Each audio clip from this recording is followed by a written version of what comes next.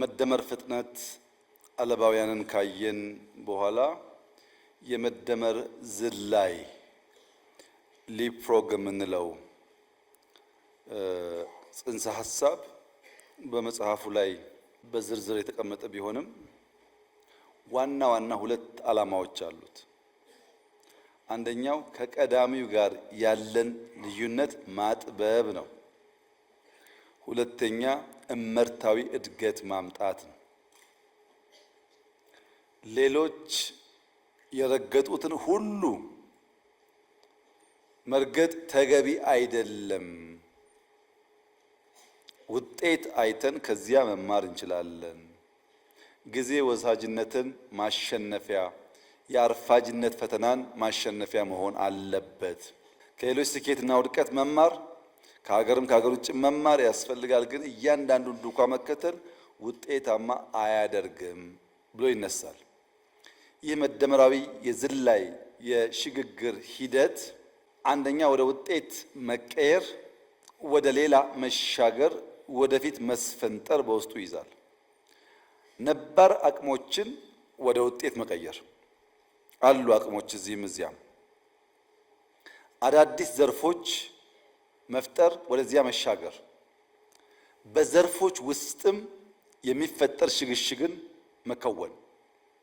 አዳዲስ የመልማት አቅሞች ማውጣት፣ አዳዲስ የገበያ ዕድሎችን መፍጠር፣ ያለን አቅም ማዘመን፣ ወደ ዓለም መስፈንጠር፣ መዋቅራዊ ሽግግር ማረጋገጥ፣ ዕውቀት እንደ ምርት መጠቀም። ችግር፣ ፈተና ከውስጡ ሊፈለቀቅ የሚችል እድል ካለ ችግር ወደ እድል ወይም ወደ ኦፖርቹኒቲ መቀየር ነው። ለምሳሌ ኮሮና መጣ። አፍሪካ መሬት ላይ ይረፈረፋል፣ ያልቃል፣ ትጠፋላችሁ ተባለ። አናልቅም፣ ሟርት ነው። ይልቁንስ መሬት ጦም ማደር የለበትም፣ እየተጠነቀቅን እንሰራለን አል በኮሮና የስንዴ ሪቮሉሽን ፈጠር። በኮሮና በዓለም ላይ የኢትዮጵያ አየር መንገድ ነው ትርፋማ ሆኖ ራሱን አጀስት አድርጎ ያለፈው። ችግሮች አሉ፣ ግን ከዚያ ውስጥ ኦፖርቹኒቲን ፈልቆ ማውጣት፣ ከዚያ ውስጥ መልካም እድል ፈልቆ አውጥቶ መጠቀም መቻል ይኖርብናል ነው። ችግር ጠልፎ የሚጥለን ሳይሆን ገፍቶ የሚያስፈነጥረን መሆን አለበት።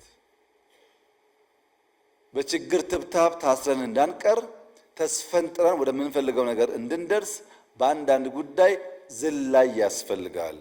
የዝላይ ትኩረት ግን ሰው ተኮር ትውልድ መር መሆን አለበት። ሰው ላይ ያነጣጠረ መሆን አለበት። ብዝሃ ዘርፍ ሀገር አቀፍ መሆን አለበት። በምክክር ተግባቦት ፖለቲካዊ እልባት በሚያመጣ መንገድ መሆን አለበት። ዕውቀት ሸማች ብልጽግናን አምራች መሆን አለበት።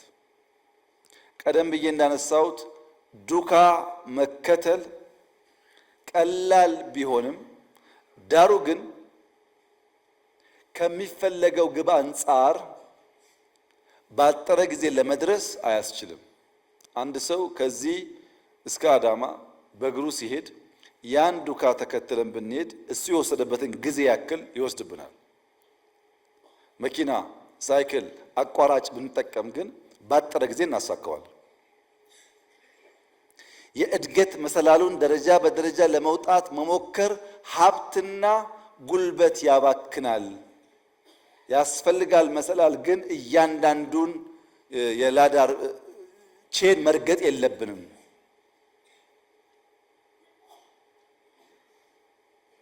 መደመራዊ ዝላይ የሚያስፈልገው ጋፕ ለመሙላት ነው። ብሪጅንግ ዘ ጋፕ ነው። እመርታ ከቢግ ጃምፕ ውጪ ከሊፕፍሮግ ውጪ ሊመጣ አይችልም የሚል እሳቤ በውስጡ አለው። ምን አየን? መነሻ አየን፣ ዘር ሐሳብ። መሻገሪያ አየን፣ ድልድይ። አሁንሳ መዳረሻው ምንድን ነው? ድልድይ ገንብተን የት ነው የምንደርሰው? ለምን ጥያቄ ሁለንተናዊ ብልጽግና ነው። ሁለንተናዊ ብልጽግና ምንድን ነው? ይህን ስዕል ያየ ሰው ይበቃዋል። ፈረሶች መጋለብ ያው ልማዳቸው ተፈጥሯቸው ነው። ግን መስኩን ተመልከቱት፣ የሚጋልቡበትን ለም መስክ፣ ፀሐይዋን ተመልከቱ፣ ከዋክብት ተመልከቱ። ዝላይ ብቻ ሳይሆን ፈንጠዝያ ተመልከቱ። መጋለብ ልማዳቸው ቢሆንም በለማ ኔቸር ቢዩቲ ኢምብሬስ በሚያደርግ ከኖርማል ግልቢያ ባሻገር ደስታ ያለበት አውድ ማለት ነው። ሁለንተናዊ ብልጽግና ማለት ገንዘብ ብቻ ሳይሆን ሁሉን ነገር በውስጡ ያሟላ ማለት ነው። የበለጸገ ግን ያልሰለጠነ፣ የሰለጠነ ግን ያልበለጸገ ሰው እንዳይኖር ማለት ነው። የሰለጠነ ግን ያልበለጸገ፣ የበለጸገ ግን ያልሰለጠነ ሚስማች ማጥበብ ማለት ነው። ሁሉን ነገር ያሟላ እንዲሆን ማድረግ። በአንድ ወቅት አንድ የውጭ ቀጣሪ አንድ በስራ ልምድ ያላቸው ሸምገል ያሉ ሰውዬ ይቀጥራል እና ሰውየው ዲቮትድ ናቸው። ጠዋት ኤርሊ ይገባሉ፣ ዘሆል ዴይ ስራ ይሰራሉ። ባህሪያቸው፣ ታዛዥነታቸው፣ ትህትናቸው ጥሩ ነው። ሰውየው ወዷቸዋል። ነገር ግን ወደ ሀገሩ ሲሄድ ኢሜል መጻፍ አይችሉም። ኮምፒውተር አያውቁም፣ ኢሜል አይጽፉም። ጥሩ ናቸው፣ ይሰራሉ፣ ግን ለሪፖርት አይመቹም። ኢሜል ስለማያውቁ ወጣት አወዳድሮ ይቀጥራል። እሳቸው ይሰራሉ፣ አንተ ደግሞ አግዛቸው ኢሜሉ ምናምን ብሎ ይቀጥረዋል። ይሄ ወጣቱ ልጅ ኢሜል 10 ደቂቃ ይፈጅበታል። እንግሊዝኛ ችግር የለበትም፣ ኮምፒውተር ችግር የለበትም። ጻፍ ካደረገ በኋላ ፌስቡክ ነው። እሳቸው ከውጭ ሲገቡ አይነሳም። ደሞዝ እየተከፈለው ታላቅ ሲመጣ የማይነሳ ስራ የማያከብር በስራ ሰዓት የግሉን ጨዋታ የሚጫወት እና ሰውየው ሲመጣ ሊግባቡ አልቻሉም። ሲጠይቃቸው ትህትና የለውም፣ ግብረ ገብነት የለውም፣ የስራ ኤቲክስ አያከብርም፣ ለታላቅ አይነሳም። 10 ደቂቃ ሰርቶ 10 ሰዓት ይቀልዳል፣ ቲክቶክ ያያል። ደሞዝ የሚከፈለውን በስራ አይተገብርም ይሉታል። ልጁስ ሰውየው በጣም ኋላ ቀር ናቸው። ቲክቶክ የሚያስቅ በጣም ፕራንክ ልኬላቸው አይስቁም እና ዝም ብሎ ሙድ የላቸውም። ስራ እየሰሩ መዝናናት አይችሉም። ካልቸር ዲፍረንስ ነው። እሳቸው የሚያስቡበት ቫልዩ አላቸው፣ እሱ የሚያስቡበት ቫልዩ አለ። ሁለንተናዊ ማለት ምንድን ነው? ትጋትና ዘመን የዋጀ ብቃት ደምሮ መያዝ ማለት ነው። ትጋትና ዘመን የዋጀ ብቃት ግን ካልቸር ደግሞ ያበላሸ መሆን የለበትም ማለት ነው። ግብረ ገብነት ያጠፋ መሆን የለበትም ማለት ነው። ሁለንተናዊ ብልጽግና ስንል ያንን በሙሉ እውነት ማረጋገጥ ነው። አማዱስ ኢኮኖሚ ለሁሉም ከሁሉም በሁሉም ሲፈጸም ነው። ፖለቲካ አካታችና አሳታፊ ሲሆን፣ ማህበራዊ ትውልዳዊ ልማትን የተንተራሰና ያሰበ ሲሆን፣ አንድ ባንድ እንያቸው። ኢኮኖሚው መዋቅራዊና ሰው ወለድ ጭቆና ይወገድ ነው ያልነው። በእኛ ስርዓት ውስጥ ሲስተሚክ ጭቆና አይኖር። የሲቪክ ባህል መጎልበት አለበት። ክልሎች ኢምፓወር ይደረጉ። የነገዋን ሀገር ዛሬ እንስራ። እውቀት ቴክኖሎጂን ኢምብሬስ እናድርግ። እሳቤው ይሄ ነው። አሁን ተቃርኖዎች አሉ። ለመልማት ማ ከለከለህ? ኦሮሚያ እኮ በእርሻ በጣም ተሻሽሏል። ማን ከለከለህ እንዳታርስ? መሬት የለህም፣ ውሃ የለህም። አዲስ አበባ ኮሪደር እኮ ሪቨር ሳይድ ተአምር ነው። ማን ከለከለ? ሪቨር የለህም አንተ ጋር። ዩ ሃቭ ቱ አስክ ዩርሰልፍ ማን ከለከለ? ኢምፓወርድ ነህ። ክልል ላይ እንደፈለክ እንድትሰራ ኢምፓወርድ ነህ። በቀና መንገድ ተወዳድረን ያለን ለማውጣት ነው የምንሰራው። ግን ፖሊሲው፣ አሰራሩ፣ ስልጠናው አንድ ነው። ልምዱ አንድ ነው። ለምሳሌ ከተማ ላይ ሰምታችሁ ሊሆን ይችላል። የከተማ ሀሳቤ ሲነሳ በኢትዮጵያ ያሉ ከተሞች ከንቲቦች እኔ ቢሮ መጥተው ከተማ እንዴት እንደሚሰራ እንዴት እንደሚመራ ገለጻ አቅርቤላቸው አሳቢ ሰጥቻቸው ሄደው ከሆነ ጊዜ በኋላ አዲስ አበባ ደግሞ ስራ ሲጀምር ኮሪደር መጥተው ስንጀምር ጎብኝተው ከዛ ደግሞ የመጀመሪያው ኮሪደር ሲያልቅ ተጠርተው መጥተው እንዴት እንደተሰራ አይተው ነው ሄዱት። ማን ተማረ አላቅም። የምንጠብቀው ነገር ሁለንተናዊ ብልጽግና የምናስብ ከሆነ ለሁሉም ያስፈልጋል፣ ግን ከሁሉም ያስፈልጋል። መፍጠር ለሁላችንም የተፈቀደ ስለሆነ አትልማ የሚል ነገር ካለ ያኔ ጥያቄ ይነሳል። አቁም እኛ ሳንሰራ እንዳትሰራ የሚል ነገር ካለ ችግር ነው። ኢኳል ኦፖርቹኒቲ ባለበት ቦታ ላይ ግን ፈጥረህ ከባቢ መቀየር የሁላችን ስራ መሆን አለበት እንጂ አንዱ አንዱን ጠብቆ አይሆንም። መነሻ ሐሳብ፣ መሻገሪያ ድልድይ፣ መዳረሻ ብልጽግና ካልን በኋላ ተሻጋሪው ማን ነው? ማንም የሚሻገረው? የሚሻገረው ትውልድ ነው፣ አንተ አይደለህም። ብልጽግናን የሚያጣጥመው ትውልድ ነው። ባለቤት እንዳለው ያንተ ሚናና ስራ ምን እንደሆነ ካወቅ እናሳካዋለን። ከተቀላቀለ ግን አናሳካውም። ትውልድ ስንል አንደኛ ኢትዮጵያ ምን ትምሰል? ቢኮዝ የኢትዮጵያ መልክና ምሳሌ አከራካሪ አጨቃጫቂ ስለሆነ ብዙ ሐሳቦች የኢትዮጵያን ምስል በራሳቸው መንገድ ስለሚቀርጹ እና ግራ ስለሚያጋቡ ትውልዱ ኢትዮጵያ ምን አይነት መልክና ቅርጽ ይኑራት የሚለውን ጥያቄ ያነሳል። ሁለተኛ መንግስትስ ምን ይምሰል? የመንግስት አስተዳደር ስርዓት ምን ቢሆን ነው ህዝቦች በሰላም በጋራ በትብብር መኖር መበልጸግ የሚችሉት? ሶስተኛ ትውልዱ ራሱ ምን ይምሰል? ልንገነባ የምንፈልገው ትውልድ ምን አይነት ነው? እየፈጠርን ያለነው ትውልድ ግለሰባዊ፣ ማህበረሰባዊ፣ ሀገራዊ፣ አህጉራዊ፣ ሉላዊ ማንነቱ ምን ይመስላል? እነዚህን ጥያቄዎች መመለስ ግድ ይላል።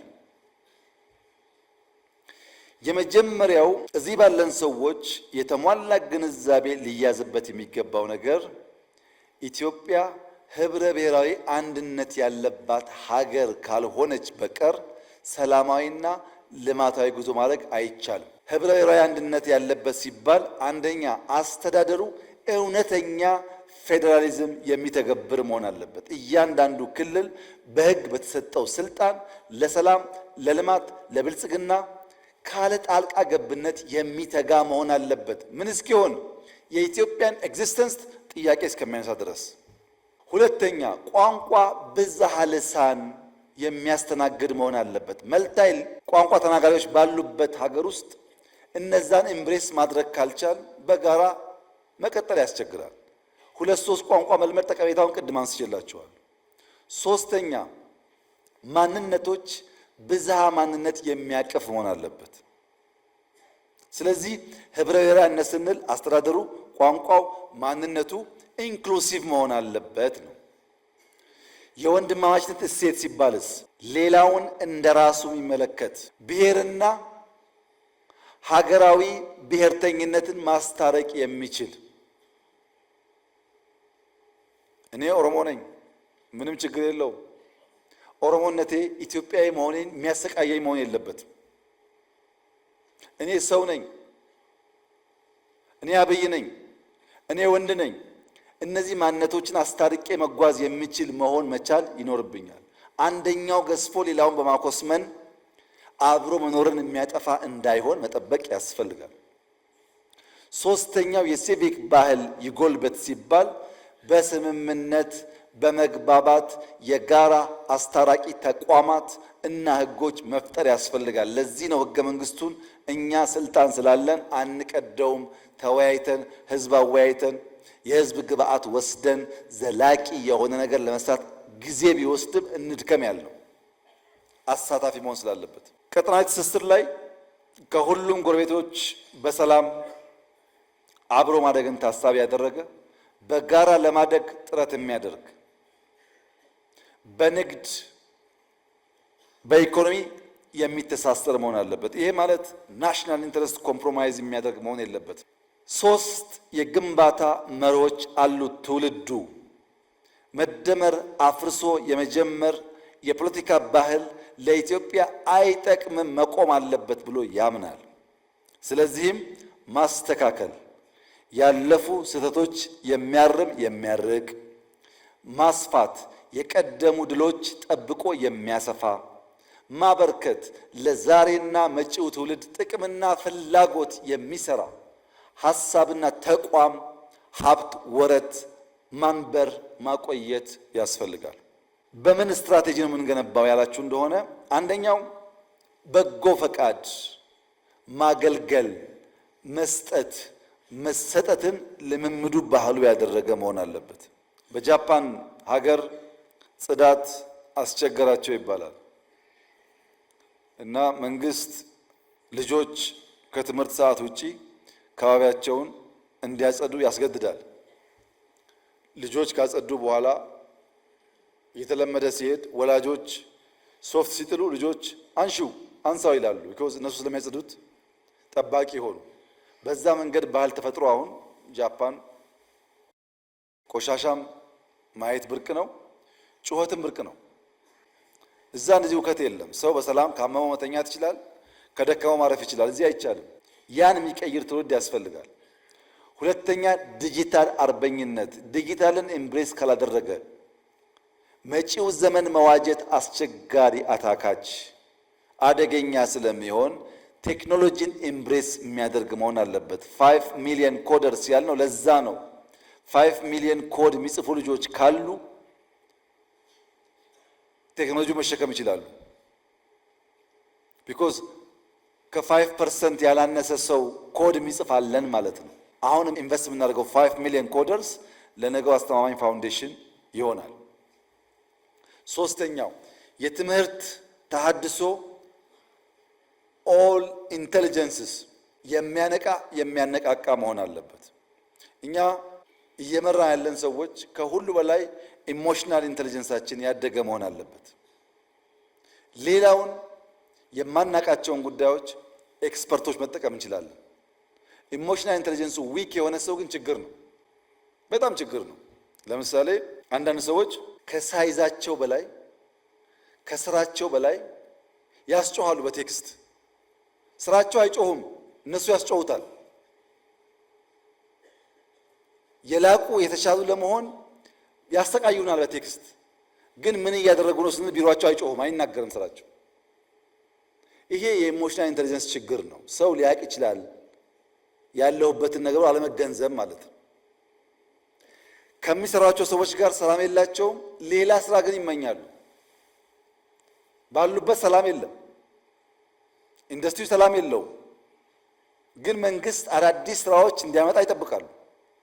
ሊኒየር የሆነ ኤክሰለንስ፣ ሊኒየር የሆነ እድገት በሌላው ነገር ዝቅ ያደርጋል ማለት ነው። በሆነ ጉዳይ በጣም ጎበዝ ሆነን በሆነ ጉዳይ ዜሮ ከሆነ ይጓተታሉ። ኢሞሽናል ኢንቴሊጀንስ ላይ ሆሊስቲክ የሆነ ኢንቴሊጀንስ ላይ ካላደገ በቀር በማትማቲክስ፣ በፊዚክስ፣ በኢንጂነሪንግ ብቻ መጎበዝ ሰውየው ሙሉ ያደርገው። ያ ደግሞ ማህበረሰብ አይገነባም፣ ተቋም አይገነባም ማለት ነው። የኛ ትምህርት ስርዓት ሁሉን ኢንቴሊጀንስ የሚያነቃ የሚያነቃቃ መሆን አለበት። የባህል ኢንዱስትሪ፣ የባህል አብዮት፣ የስራ ልምምድ፣ ትርፍ ሰዓት መስራት፣ በመንቀሳቀስ ውስጥ ያለ ልምምድ መፍጠር ያስፈልጋል ማለት ነው። ይሄ ማን ነው? ትውልዱ ላይ ይሄንን ስንሰራ ነው የሚሻገር የሚያነብር የሚያቆይ የሚያጸና ትውልድ የሚፈጠረው። መነሻል፣ መሻገሪያል፣ መድረሻል፣ ተሻጋሪያል። ማን ነው አሻጋሪው? አሻጋሪው የኃላፊነት መቀላቀል ካለበት የመሸከም ተግባር ተሰጥቶት እንድንሸከመው ከፈለገ ይዛባል ማለት ነው። የአንተ ስራ መሸከም ነው። ሰርቶ በላህ እዚህ ያለው ተሸክመህ ድልድይ ሰርተህ ትውልድ ሰርተህ ማሻገር ነው ያንተ ፋንታ። ኢንጆይ የሚያደርገው ያ የተሻገረው ትውልድ ነው። እኔው ሰርቼ እኔው ገንብቼ እኔው ኢንጆይ አድርጌ እኔው አርፌ ካልክ ይቀላቀልና አይመጣም፣ ውጤቱ አይሳካም። አሻጋሪ ያልነው መንግስት ካለንበት አረንቋ ወደምንፈልግበት ብልጽግና የማሸጋገሪያ መንገዱን የዘመነ ማህበረሰብ የበለጸገ ማህበረሰብ ለመፍጠር ሁለት ሶስት ነገሮች ማየት ተገቢ ይሆናል። የሽግግር ተዋንያን ሚና በመደመር በግልጽ እንደተቀመጠው መንግስት፣ ገበያ፣ ማህበረሰብ ሁል ጊዜ ርዕዮተ ዓለሞች በእነዚህ ጉዳይ ይሽከረከራሉ። ሼራቸውን ወደ መንግስት፣ ሼራቸውን ወደ ገበያ፣ ሼራቸውን ወደ ማህበረሰብ በማጉላትና ሌላውን በማኮሰስ የተሞከሩ ሙከራዎች በዓለም ላይ ያስገኙት ውጤትና ስብራት ታይቷል። ከዚህ ተምሮ ነው የሚወጣው የኛ የስርዓት አማራጭ። የገበያ ጉድለት፣ የመንግስት ጉድለት፣ የስርዓት ጉድለት አለ። አንደኛ በሊበራል ስርዓት ውስጥ ካፒታሊዝም የሚባለው መነሻ የሚያደርገው የመንግስት ጉድለት አለ። ፕራይቬት ኢንቲቲስ ወይም ፕራይቬት ኢንዲቪጁዋልስ ቢዝነስን ኦውን እና ኮንትሮል ማድረግ አለባቸው። ሚንስ ኦፍ ፕሮዳክሽን፣ ዲስትሪቢዩሽን ኤንድ ኤክስቼንጅ ኦፍ ጉድስ ኤንድ ሰርቪስስ በፕራይቬት ኢንቲቲ ቁጥጥር ስር መዋል አለበት። ይህ በሚሆንበት ሰዓት የዋጋ ንረት እንዳይፈጠር በዲማንድና ሰፕላይ ይወሰናል። ዋጋ ሲመረት ባለ ፍላጎት ልክ ይወሰናል። ትርፍ ደግሞ ካለ ፕሮፊት ካለ ፕራይቬት ሴክተሩ ኢንቨስት ያደርገዋል፣ ተመልሶ ይፈሳል ወደ ማህበረሰብ እና ፕሮዳክሽን፣ ዲስትሪቢዩሽን፣ ኤክስቼንጅ ኦፍ ጉድስ ኤንድ ሰርቪስስ ፕራይቬት ኢንቲቲ ኮንትሮል ማድረግ አለበት። የግሉ ድርሻ መሆን አለበት።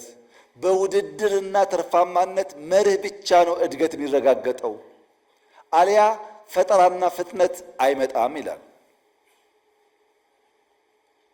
የመንግስት ሚናስ ስትሉት የግሉን ንብረት ባለቤትነት፣ ፓተንት፣ ጥበቃ፣ ምቹ ሁኔታ መፍጠር፣ ሴኩሪቲ ማረጋገጥ በቂው ነው ይላል። እንደኛ ያሉ ሀገራት ቢግ ጥያቄ ያነሳሉ። ኢንፍራስትራክቸር ማን ይገንባ ብለው። ለምሳሌ ከጓንዙ እስከ ጅቡቲ ያለ አንድ ካርጎ ከቻይና እስከ ጅቡቲ ፖርት የሚደርስበት ዋጋና ከጅቡቲ ፖርት አሶሳ፣ ከጅቡቲ ጋምቤላ የሚደርስበት ዋጋ እኩል አይደለም። ከጅቡቲ ጋምቤላ በጣም ውድ ነው። ስንት ዓለም አቋርጦ የመጣው ካርጎ እኛ ጋር ከደረሰ በኋላ ከአንድ ጫፍ አንድ ጫፍ ለመሄድ ዋጋው በጣም ውድ ነው። ለምን? ኢንፍራስትራክቸር ውስንነት አለ። ባቡር የለም፣ ሃይዌይ የለም። ይህንን ጋፕ ማን ይገንባው? ማን ኢንቨስት ያድርግ? ፕራይቬት ሴክተሩ እንደሆን መንገድ ላይ ኢንቨስት አያደርግም እንደምታውቁት። ለዚያም አልደረሰም። በዚህ ሂደት ውስጥ መቼ ነው እኛ ሰው ምን ሆነው? ኢንፍራስትራክቸር ገንቢ ኃይል ካልተፈጠረ ችግር አለበት። በተለይ በማደግ ላይ ያሉ ሀገራት እንዲህ ያለውን ኢኮኖሚክ ስርዓት ኢምብሬስ ቢያደርጉ ለውጥ ሊያመጡ አይችሉም። የጠቀማቸው አሉ ከነንከኑ። ያም ቢሆን ጥቂቶቹን በጣም ሀብታም አድርጎ ብዙዎቹን አዳክሟል። ወደኛ ሲመጣ ግን ክፍተቱ ይበዛል ይሉና ሁለተኛው ደግሞ የለም መንግስት መር መሆን አለበት። የገበያ ጉድለት አለ። የግሉ ዘርፍ ትርፍ ብቻ ያግበሰብሳል። ስግብግብ ነው። ስግብግብ ስለሆነ ትርፍ ብቻ ስለሚያስብ ፍትሐዊነት አይረጋገጥም ይላሉ። ስለዚህ መንግስት የልማት አቅሞችን መቆጣጠር አለበት። መዋቅራዊ ሽግግርን በቀጥታ መንግስት መምራት ይገባዋል። ያኔ ነው ፍትሐዊ ተጠቃሚነት ሊረጋገጥ የሚችለው ይላሉ። እሺ ይሁን፣ መንግስት ይቆጣጠር፣ ልማት ያምጣ፣ ፍትህ ያረጋግጥ። ግን ብልጽግና ቅድም እንዳልነው ፈጠራና ፍጥነት ይፈልጋል። መንግስት ደግሞ አይፈጥርም ወይም ውስን ነው ፈጠራው። ፈጠራና ፍጥነት ከሌለ ደግሞ ያ የምናስበው ፍትህ፣ ያ የምናስበው መዋቅራዊ ሽግግር ሊረጋገጥ አይችልም፣ መቀየር አለበት ብሎ የመደመር መንግስት ጉዳዩ የገበያና የፕራይቬት ሴክተርና የመንግስት ሳይሆን የስርዓት ስብራት ነው ይላል። ሲስተሚክ ፌሊየር ነው ይላል። ለምሳሌ አብዮታዊ ዴሞክራሲ ተራማጅ የፖለቲካ ልሂቃንና የኢኮኖሚ ልሂቃንን በእኩል ዓይን አያይም። ተራማጅ የፖለቲካ ልሂቃን ለህዝብ አሳቢ፣ ተቆርቋሪ፣ ራሳቸውን እንደ ሻማ አቅልጠው ለህዝብ የሚተጉ ናቸው ይልና ሬንት ሲኪንግ ሲባል ፕራይቬት ሴክተር ነው ይላል። ግን አይታችኋል፣ እነዛ ተራማጅ አብዮታውያን ልሂቃን ዘራፊ ሆነው እነሱ ሀብታም ሆነው እንዴት የፕራይቬት ሴክተር እንዳቆረቆዙ አይተናል በተግባር። ያ የተዛባ ምልከታ እነዛን ተራማጅ የፖለቲካ ልሂቃን ንጹህ ብፁዕ አድርጎ የማሰብና የኢኮኖሚ ልሂቃን ደግሞ የሬንት ሲኪንግ ምንጭ ናቸው ብሎ ማሰብ ኢትዮጵያ ውስጥ ተሞክሮ አከሰረ። ስለዚህ ምን አለኛ መንግስት የነጠረ የታወቀ ሚና የሚጫወትበት መንግስት ከፕራይቬት መንግስት ከህዝብ መንግስት ከአጋር ድርጅቶች ተቀናጅቶ የሚሰራበት የመደመራዊ ፈጠራና ፍጥነት ያስፈልጋል። ያ ነው ሁለንተናዊ ብልጽግና የሚያመጣው። ለምሳሌ ፓብሊክ ፕራይቬት ፓርትነርሺፕ ኢትዮጵያ ውስጥ የገበታ ፕሮጀክቶች ጎርጎራ፣ ወንጪ ምናምን ላቸውን ሰርቷል። ምንም አጋንኛ አይደለም። እስካሁን በዞርኩበት ዓለም ጎርጎራን የሚያክል ጥራትም ግዝፈትም ያለው ሪዞርት አይቻላል። ለምሳሌ ይሄን የማያምን ሰው ጎርጎራ ብቻ ነው መሄድ ያለበት፣ ከዛ ይገባዋል። ግን የሰራው ፓብሊክ ፕራይቬት ፓርትነርሺፕ ነው። ፕራይቬትም አይደለም ፓብሊክም አይደለም። ትብብሩ ያዋጣል ማለት ነው። ወንጪ ባለፉት 3 ወራት 3 ወር ብቻ 10,000 የሳውዲ ሰዎች ወንጪ ጎብኝተዋል። 10,000 ሳውዲ ብቻ። ቦታ የለም፣ አልጋዋ ትንሽ ናት፣ ድንኳን እያሰሩ ማለት ነው። ቢበዛ አስቡት ምን እንደሚያመጣ። ወንጪ 10,000 ሳውዲ የሳበው የተሰራው ፓብሊክ ፕራይቬት ፓርትነርሺፕ ነው። ያዋጣል ማለት ነው ይሄ ትብብር። ሁለተኛ በመንግስትና በህዝብ ያለ ትብብር። ለምሳሌ አረንጓዴ አሻራ ብዙ ጊዜ ብየዋለሁ። 48 ቢሊዮን ዶላር ህዝብና መንግስት ባይተባበሩ ይቻል ነበር? ፕራይቬት ሴክተር ያደርገዋል? ይሄን መንግስት ብቻውን ያደርገዋል? አንችልም። መንግስትና ህዝብ ለጋራ ዓላማ አብረው ሲቆሙ አሳኩት። ኮሪደር ዴቨሎፕመንት አዲስ አበባ ኮሪደር ዴቨሎፕመንት ከጀመሩ በኋላ በጆይንት ቬንቸር በአዲስ አበባና በፕራይቬት ሴክተር ልማት ጀምረዋል። ምን ያደረገ? መሬቱን ያለውን ሀብት ይዞ ባለ ሀብት አምጥቶ 70-30 40-60 እያለ ዛሬ ግን አዲስ አበባ ውስጥ የሚሰሩ ሞሎች፣ ሆቴሎች፣ ሬስቶራንቶች ማንኛውም ነገር ቢያንስ 30% ሼር አዲስ አበባ አለ። በአንድ በኩል ስራ እየፈጠረ ነው። በሌላ በኩል ከነዚህ የሚገኘውን ገቢ አስቡት። ከነዚህ በሚገኝ ገቢ ነገ መልሶ በርካታ ልማት ሊያመጣ ይችላል። በምን ሰራሄ? በመንግስትና በግል በመንግስትና በህዝብ ትብብር ነው። አሁን ሁለንተናዊ ብልጽግና ለማምጣት ገቨርንመንት ኢንተርቪን ማድረግ አለበት ያልነው ኢንፍራስትራክቸር ላይ ብቻ አይደለም፣ መንገድ ላይ ብቻ አይደለም። ለምሳሌ ኢንሳና ኤአይ ሰመር ኮርስ ብለው ወደ 1000 የሚጠጋ ተማሪ ሁለቱ ክረምት ወስደው አስተምረው ሰርቲፋይድ አድርገው ያወጣሉ በነፃ።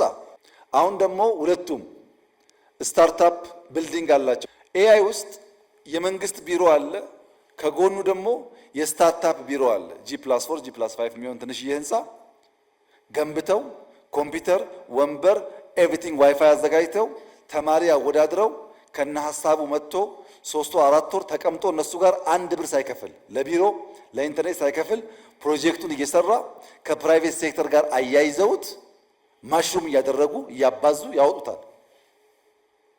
መንግስት በራሱ ገንዘብ በራሱ ስፔስ በራሱ ጊዜ አዳጊ ትውልድን መልምሎ አስተምሮ አብቅቶ ከኢንዱስትሪ ጋር አስተሳስሮ ማውጣት መቻል ልክ መንገድ እንደመስራት ያለ ኢንተርቬንሽን ነው። እንዲህ ያለውን ሁለንተናዊ ብልጽግና ሊያረጋግጥ የሚችል መደመራዊ ፈጠራና ፍጥነት እናረጋግጥ ነው። የስታርታፕ ኮንሰፕት በጣም ከፍ ያለ ሀሳብ ነው።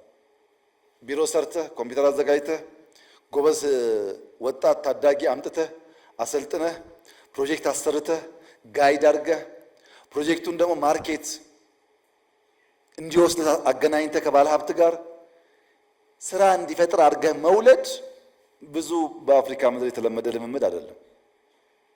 እንዲህ ያለውን ነገር በመስራት ነው ሲስተሚክ ፌለር የምንሞላው እንጂ ሀብታሙን ሬንት ሲከር ነህ እያልን ሰጪ ነው እንጂ ተቀባዩን ብፁዕ እያደረግን ተቀባዩን ሳነካ ሰጪውን ደግሞ ሬንት ሲከር ብለን የምናመጣው ልማት የተሟላ ብልጽግናን አያረጋግጥም።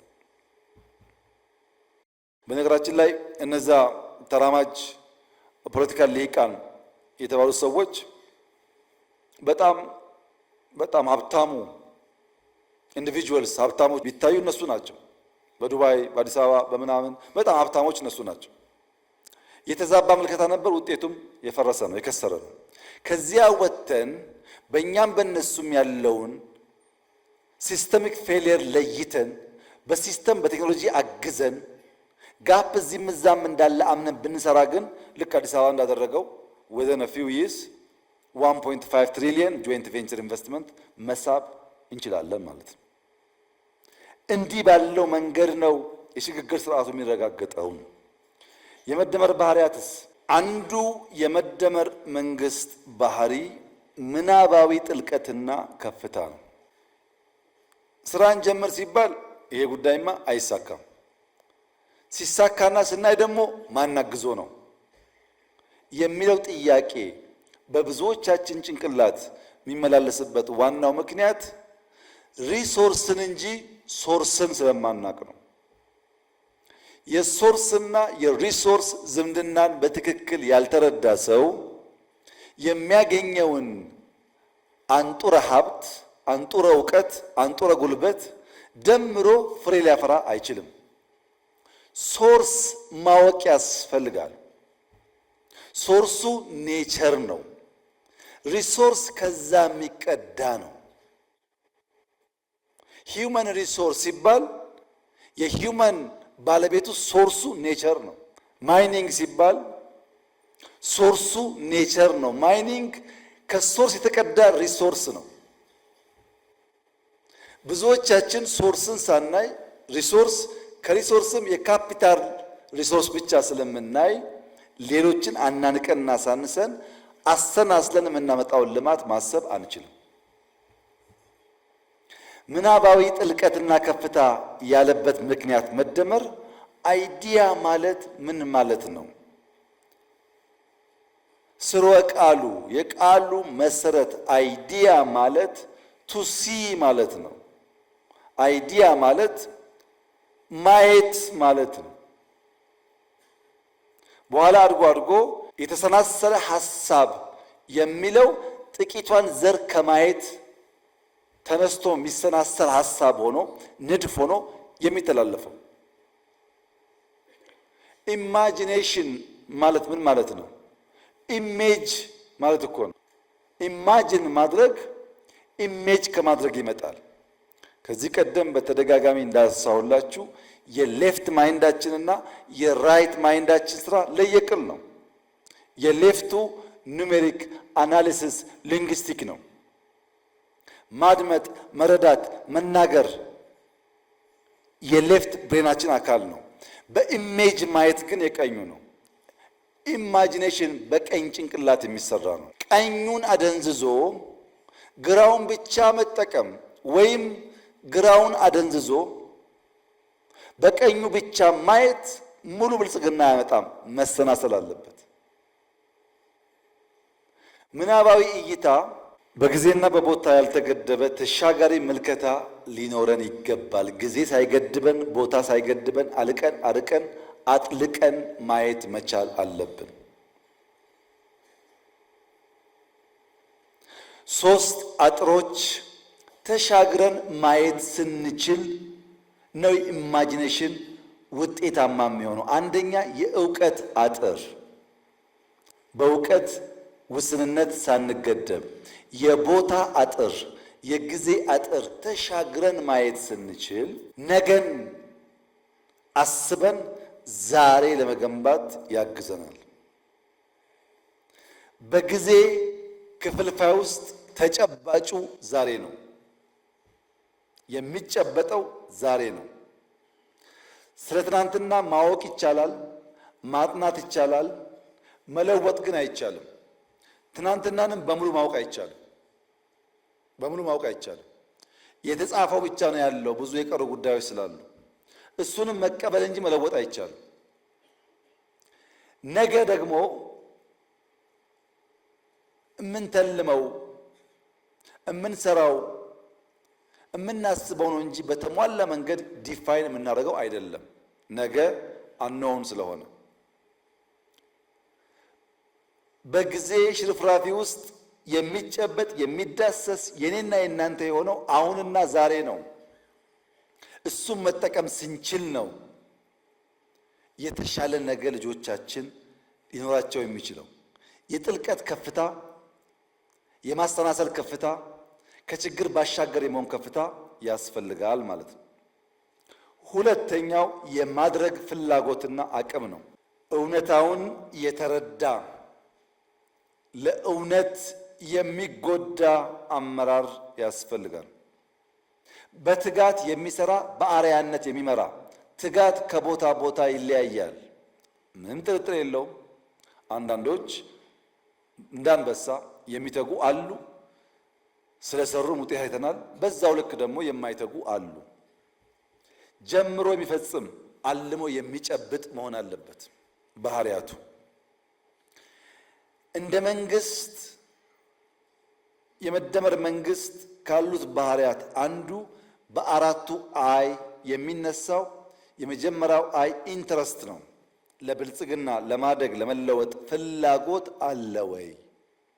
ሁለተኛ ፍላጎት የወለደው አይዲያ አለ ወይ?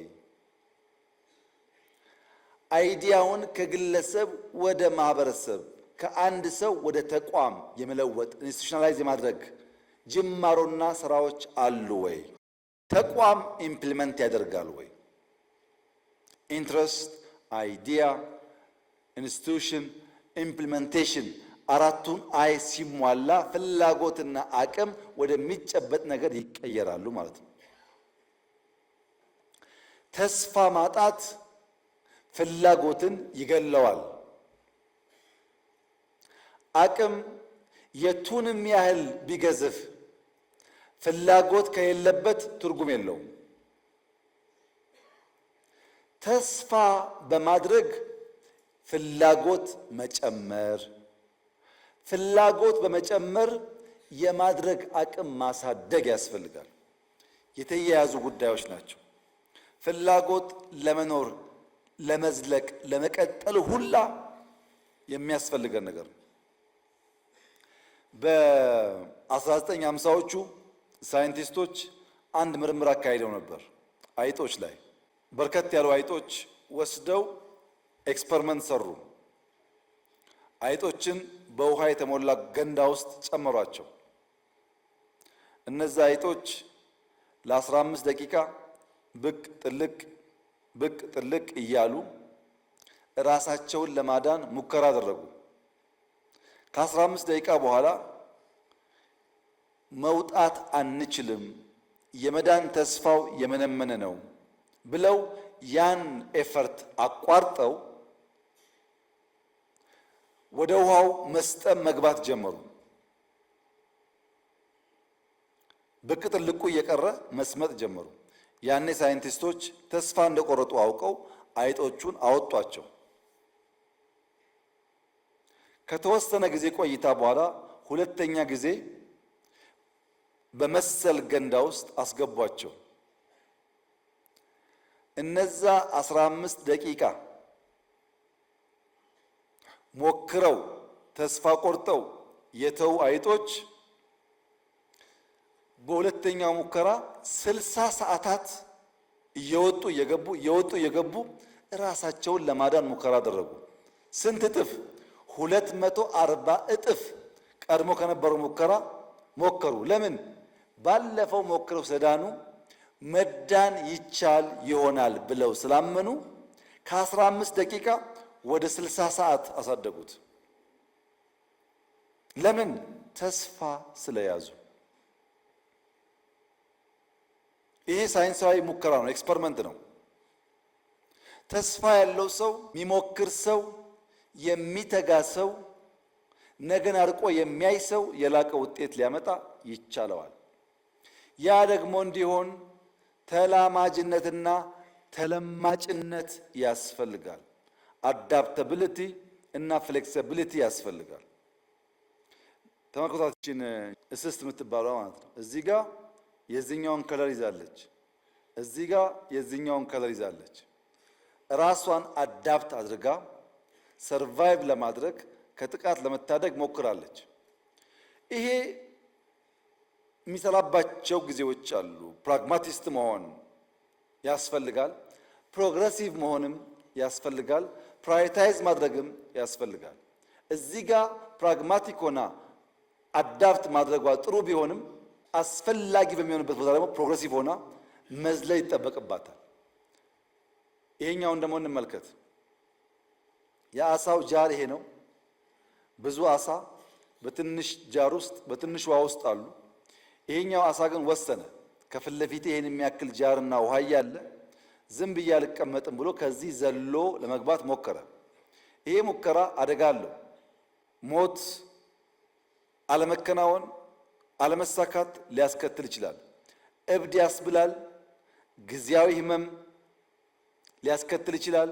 ዘላቂውን ግብ አተኩሮ የማይነሳ ማንኛውም ሰው ሹክሹክታውን፣ ወሬውን፣ ሐሜቱን ከሰማ የሰላ ትጋት የማያደርግ ከሆነ በጩኸት የሚሸበር ከሆነ ይሄን አይሞክርም።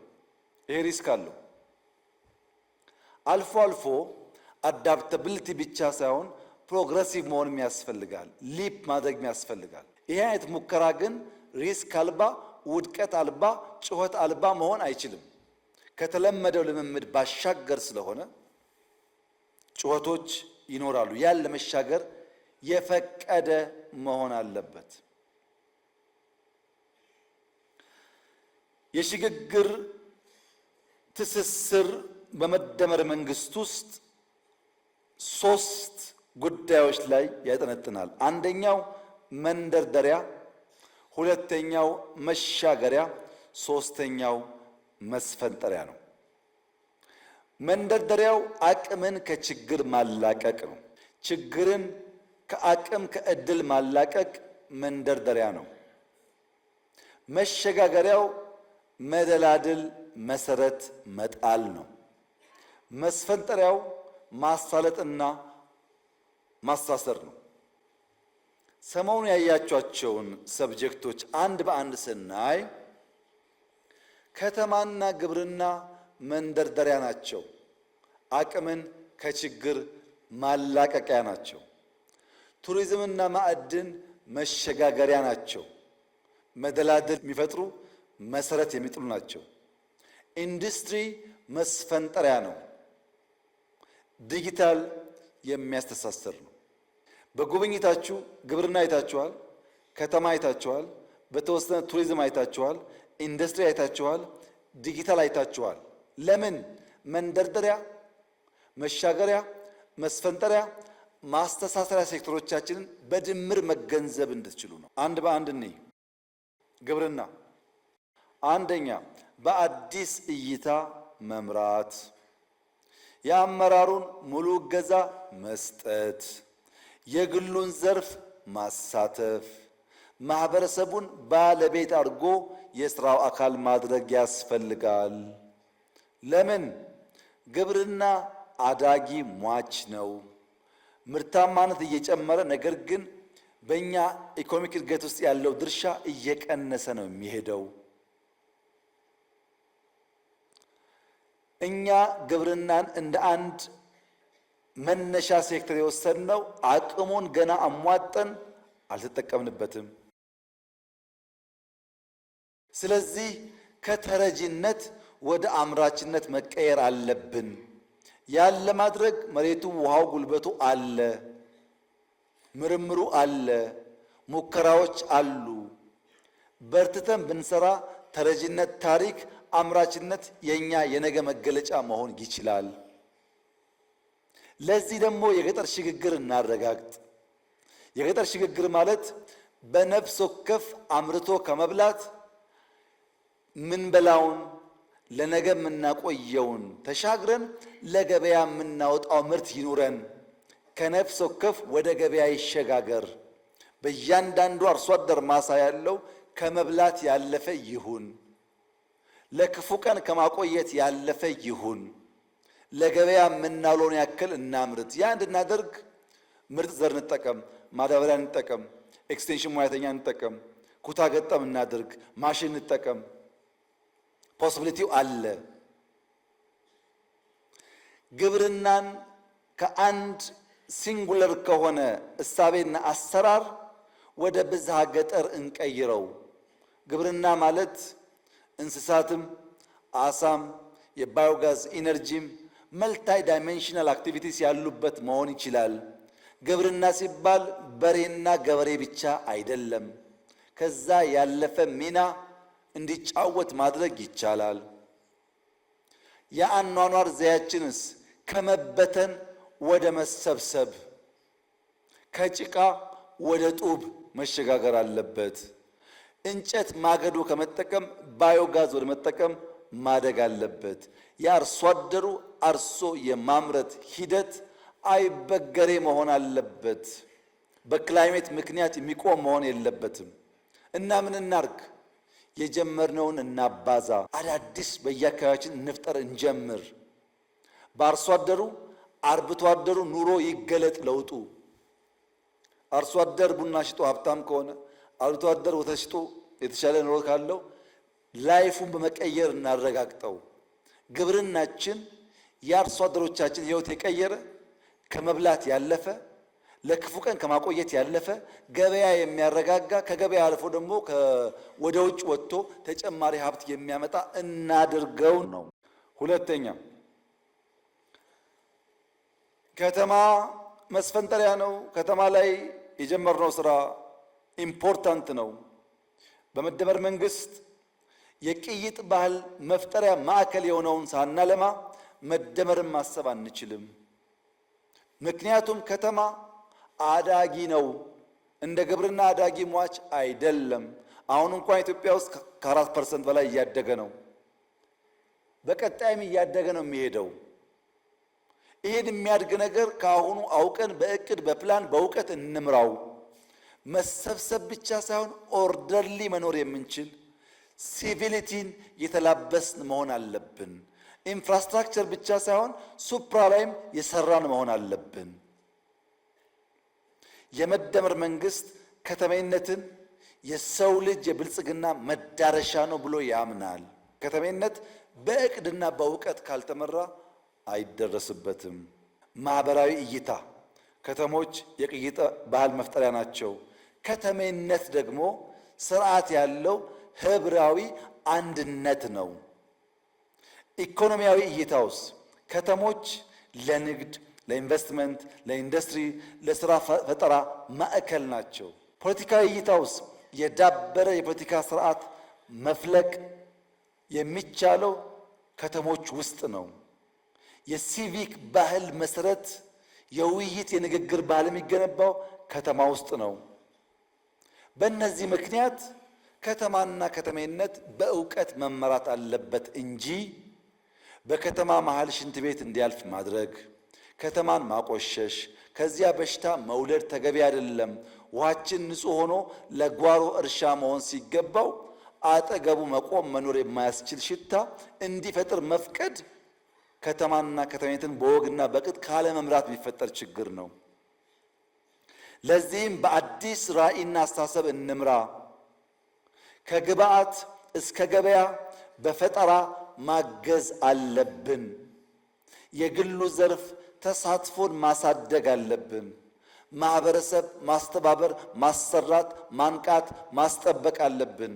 ትውልዱን መታደግ አለብን። ከጫት ቤት መናጠቅ አለብን። ከሽሻ መናጠቅ አለብን።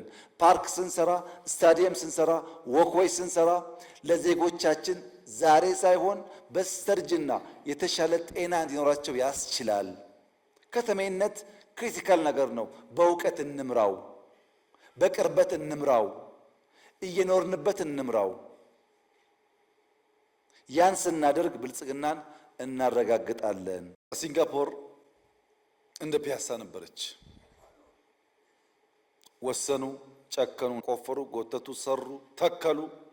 አሁን በዓለም ቤስት የሚባል ሲቲ፣ ንጹህ ሲቲ ፈጠሩ። እኛ ምን እንችላለን? እንስራ ነው።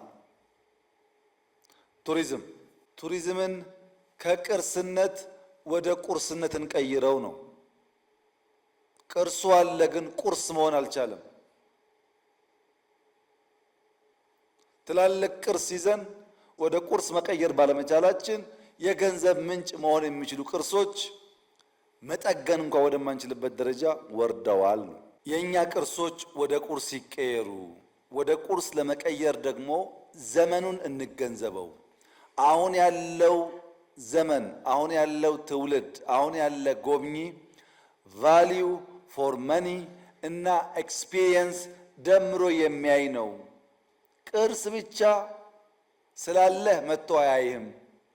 ለሚያወጣው ወጪ የሚመጣጠን ሰርቪስ፣ የሚመጣጠን ኢንቫይሮንመንት፣ የሚመጣጠን ሰላም መኖሩን ማረጋገጥ ይፈልጋል። ቢኮዝ አሁን ያለው እንደ ድሮ በጀልባ አገር አቋርጦ የሚጓዝ ሰው አይደለም። አትራክሽንስ አሉን፣ ግን ዴስቲኔሽን የለንም። አትራክሽንና ዴስቲኔሽን አዋህደን እንስራ። ማረፊያው በሌለበት አትራክሽን ስላለ ብቻ በበቂ ደረጃ ሰው አይመጣም። እንዳልኳችሁ ባለፉት 3 ወራት 10,000 የሳውዲ ዜጎች ወንጪን የጎበኙት አትራክሽኑ ብቻውን ባለበት ሰዓት አልመጡም። ዴስቲኔሽን ስለሰራን ጭምር ነው። ሁለቱ ተደምሮ መሆን አለበት። ማርኬትም ታርጌት እናድርግ። ሁሉንም ማሰብ አንችልም። ለኛ ኮስት፣ ለኛ ባህሪ፣ ለኛ ዌዘር የሚመጥነውን ሰው ለይተን እናምጣ። ለወንጪ የሚመች ቱሪስት አለ፣ ለአርባ ምንጭ የሚመች ቱሪስት አለ፣ ለጅጅጋ የሚመች ቱሪስት አለ፣ ለሐረር የሚመች ቱሪስት አለ። ያን ለይተን ለዚያ ቱሪስት እንስራ። ኢትዮጵያ ውስጥ በጣም በርካታ ፖቴንሻሎች አሉ። ከፖቴንሻሉ አንዱ ጋስትሮኖሚ ነው። ጋስትሮኖሚ በብዙ ሀገራት የቱሪስት አትራክሽን እየሆነ ነው ያለው። ጋስትሮኖሚ ማለት ሎካል ምግቦች ለዚያ ቱሪስት እንዲመች አድርጎ ማዘጋጀት፣ ከዚያም ባሻገር ደግሞ እሱም እንዲሳተፍ ማድረግ። ለምሳሌ እንጀራ ቅመስ ሳይሆን እንጀራ እንዲጋግር ማድረግ፣ ቀይ ወጥ ብላ ሳይሆን በሼፍ የታገዘ ትንሽ ፓርቲስፔት እንዲያደርግ ማድረግ፣ ቤስት ኤክስፒሪየንስ መፍጠር። ሰው አርባ ምንጭ ሄዶ በጣም በርካታ ሎካል ምግቦች አሉ። ሰርተን ስንሰራ እያሳየን በኦፕን ኪችን እንዲሳተፍ እያደረግን ቱሪስቱ እንዲበላ ብናደርገው አርባ ምንጭን ብቻ ሳይሆን ምግቡንም አይረሳውም። ጋስትሮኖሚ ማለት እሱ ነው። ጨንቻ አካባቢ ያለን ሸማ ከምናለብሰው ሸማ ሲሸመን ስራ ሞክር ብለን እንዲሰራ እያደረግነው ልብስ እንዴት እንደሚሰራም ብናሳየው ያ በራሱ ትልቅ የቱሪስት አትራክሽን መሆን ይችላል። ፋሽን ታይቶ የማይጠገብ ፋሽን ነው ኢትዮጵያ ውስጥ ያለው። ዋይልድ ላይፎች በጣም ብዙ ቦታ አሉ። አጥረን ብንጠብቃቸው በጣም ብዙ መጠበቅ የሚችሉ ቱሪስት መሳብ የሚችሉ አሉ። አልጠበቅናቸውም። አድቬንቸርስ አሉ፣ ሩጫ አለን፣ የሃይማኖት በዓላት አሉ። አሁን ለምሳሌ መስቀልን ብትወስዱ መስቀል አደባባይ የሚደረገው የመስቀል ፕሮግራም ብዙ ሀገር እኮ እንደዛ የለም። በጣም የሚያጓጓ ነገር ነው። እስላም፣ ክርስቲያን፣ አማኝ፣ አላማኝ ሁሉም ሰው ቢያየው ዘሆል ስርዓቱ በጣም የሚስብ ነው። ሌላውም የኛ በዓሎች በዛ መንገድ ለቱሪስት መስህብ እንዲሆኑ ማድረግ ይቻላል። ነገር ግን ለቱሪስት ሳቢ ለማድረግ ለሁሉ ነገር ስቶሪ ያስፈልጋል። የኛ ነገር ደረቅ ነው። መሳጭ ሳቢ ታሪክ የለውም። በሚድ 17 ሴንቸሪ አንድ ንጉስ ነበር በህንድ ሀገር ውስጥ ሻሃ ጃሃን ይባላል። የሻሃ ጃሃን የሚባል ንጉስ ሚስቱ በወሊድ ምክንያት ሙምታዝ መሃል የምትባል ሚስቱ ትሞታለች ስትወልድ። ለሙምታዝ መሃል ህልፈት መታሰቢያ እንዲሆን መቃብሯን 22 ዓመት የፈጀ ስራ ይሰራል። ይሄ ኪንግ የእሷ መቃብር 22 ዓመት የፈጀው መታሰቢያዋ ማለት ነው። ያው እንደ ሐውልት አስቡት። አሁን በህንድ ሀገር ውስጥ ታጅ መሃል የሚባል ቦታ ሰዎች በሰልፍ የሚጎበኙት የአንድ ንጉስ ባልተቤት በወሊድ ምክንያት አርፋ ለሷ የተሰራ መታሰቢያ መቃብር ቦታ ሰው ተሰልፎ ያያል። አንተ ግን ላሊበላን የሚያክል ሶፍ ዑመርን የሚያክል ምናምን ተሸክመህ ስቶሪ መፍጠር ስለማትችል ለአትራክሽን ዴስቲኔሽን ስለማትሰራ የማየት የማሳየት ልምምድ ስለሌለህ ስንት የሚንጋጋበት ቦታ መግቢያ መውጫ የሌለው በሌሊት ወፍ የታጀበ ሽታው የማያስገባ የተጣለ ሆኖ እኔና እናንተ የህንዱን በማድነቅ መከራችን እናያለን። ስቶሪ በጣም ኢምፖርታንት ነው። መጀመሪያ ካፓቢሊቲስ ያሉንን ካፓቢሊቲስ አይደንቲፋይ እናድርግ። ብዙ ነገር ነው ያለው፣ እንወቅ። አንድ አይነት መሆን የለበትም። በየአካባቢ ያለውን ጸጋ ለይተን እንወቅ። ከዛስ ኮንሰርቭ እናርግ፣ ኮንቨርት እናርግ። ያወቅነውን እንጠብቅ። ወደሚታይ፣ ወደሚጨበጥ፣ ወደሚጎበኝ ነገር እንቀይረው። ጉብኝቱ ደግሞ እንዲያርግ ኮመርሻላይዝ እናድርግ። ይሄ የቱሪዝም ሚኒስቴር አይሰራውም፣ ጠቅላይ ሚኒስትር አይሰራውም፣ የክልል ፕሬዝዳንት አይሰራውም። እንደ ማህበረሰብ በጋራ ታሪካችን፣ ቅርሳችን፣ ቦታችን የማድነቅ የማወደስ የማክበር እና የማሳወቅ ስራ እንስራ። የሁላችን ስራ መሆን አለበት። ኮሌክቲቭሊ የሀገር ሀብት መሆኑን አምነን በሃሽታግ ፕሮሞት ብናደርገው ከፍተኛ ሀብት ሊያመጣልን ይችላል። ለምሳሌ በዚህ ዘመን ሃሽታግ ብናደርግ ሃሽታግ አክሱም፣ ሃሽታግ ሰሜን ማውንቴን፣ ሃሽታግ ባሌ ብንል ስንት ዓለም መድረስ ይችላል። ሌላው ማዕድን ከፍተኛ ጠቀሜታ አለው። ኢትዮጵያ ውስጥ እንደ እርግማን ይቆጠር ነበረ። እንደ እርግማን የሚያስበውን እሳቤ ብሬክ አድርገነዋል። የለም አሁን እርግማን አይደለም። ነገር ግን ከፍተኛ የውጭ ምንዛሪ አምጥቶ ለመስፈንጠር ሊያግዘን ይችላል። ምን ከሆነ የማዕድን ሪሶርስ the resource is the property of the citizen ይባላል። ፕሮፐርቲው የማህበረሰቡ ነው። ማዕድን የሲቲዝኑ ሀብት ነው። ነገር ግን ማኔጅመንት ኦፍ ዘ ሪሶርስ ኢዝ ዘ ሪስፖንሲቢሊቲ ኦፍ ዘ ገቨርንመንት ነው። ማዕድን የዜጎች ሀብት ነው። የሚያስተዳድረው ግን መንግስት ነው። ለምን? ማዕድን ዩኒቨርሳል አይደለም። ውስን አላቂ አንድም ማህበረሰብ የሚያስፈነጥር ስለሆነ የህዝብ ሀብት ነው። የሚያስተዳድረው መንግስት ነው። የሚያነቃቃው ግን ሁለንተናዊ የኢኮኖሚክ እድገትን ማረጋገጥ ነው። ለምሳሌ ጋዝ ለኢንዱስትሪ ፊውል ነው። ማንኛውም ኢንዱስትሪ እንደ ፊውል ይጠቀመዋል ጋዝን። ለሶይል ምግብ ነው፣ ማዳበሪያ ነው። ሶይልን አፈርን በጋዝ አማካኝነት ካልመገብከው ሶይል አንተን አይመግብህም። ትሩ ጋዝ ሶይልን ፊት ያደርጋለህ። ሶይል ደግሞ ፕሮዳክቲቪቲ ያሳድጉ አንተን ፊት ያደርጋል። ይሄ የያዘ ሳይክል ነው። ሶስተኛ ለሃውስሆልድ ኢነርጂ ነው። ኮስት ኦፍ ሊቪንግ ይቀንሳል። ሎጂስቲክስ ይቀንሳል ዋጋ። የትራንስፖርት ሚንስ ያሳድጋል። ጠቀሜታው ብዙ ነው። ሌላው ማዕድን ይሄ ባህሪ ያለው። ታዲያ ምን እናድርግ? ማዕድንን እንዴት መጠቀም እንዳለብን ፕላን ማድረግ አለብን። ፕላን ስናደርግ ዲስከቨሪ እና ኤክስትራክሽን መለየት አለብን። ዲስከቨር የተደረገን የማዕድን ሀብት ኤክስትራክት ከማድረጋችን በፊት ጥንቅቅ ያለ ፕላን ያስፈልገናል። አላቂ ጠፊ ነው፣ ሊበላ ይችላል። አለ በቂ አይደለም። ያለውን ወደ ልማት ስንቀይር የተሟላ እቅድ ያስፈልገናል። አንዳንዱ ሚኔራል በጊዜ ውስጥ ውድና ተፈላጊ ይሆናል። ለምሳሌ ሬር ሚኔራልስ የሚባሉት ሊቲየምን ብቻ ብንወስድ የዛሬ 15 ዓመት ሊቲየም ምንም አልነበረም። ምንም አፈር በሉት። ዛሬ ሊቲየም የሁሉ ኮምፒውተር የሁሉ ኢነርጂ አንቀሳቃሽ ኤሌመንት ስለሆነ በ15 ዓመት በከፍተኛ ፍጥነት ተፈላጊነትና ዋጋው እያደገ መጥቷል። አሁን የማናውቀው የሆነ ሚኔራል በሆነ ጊዜ እንደዛ ሊሆን ይችላል። ዛሬ አታውቀውም ማለት ነገ አይፈለግም ማለት አይደለም።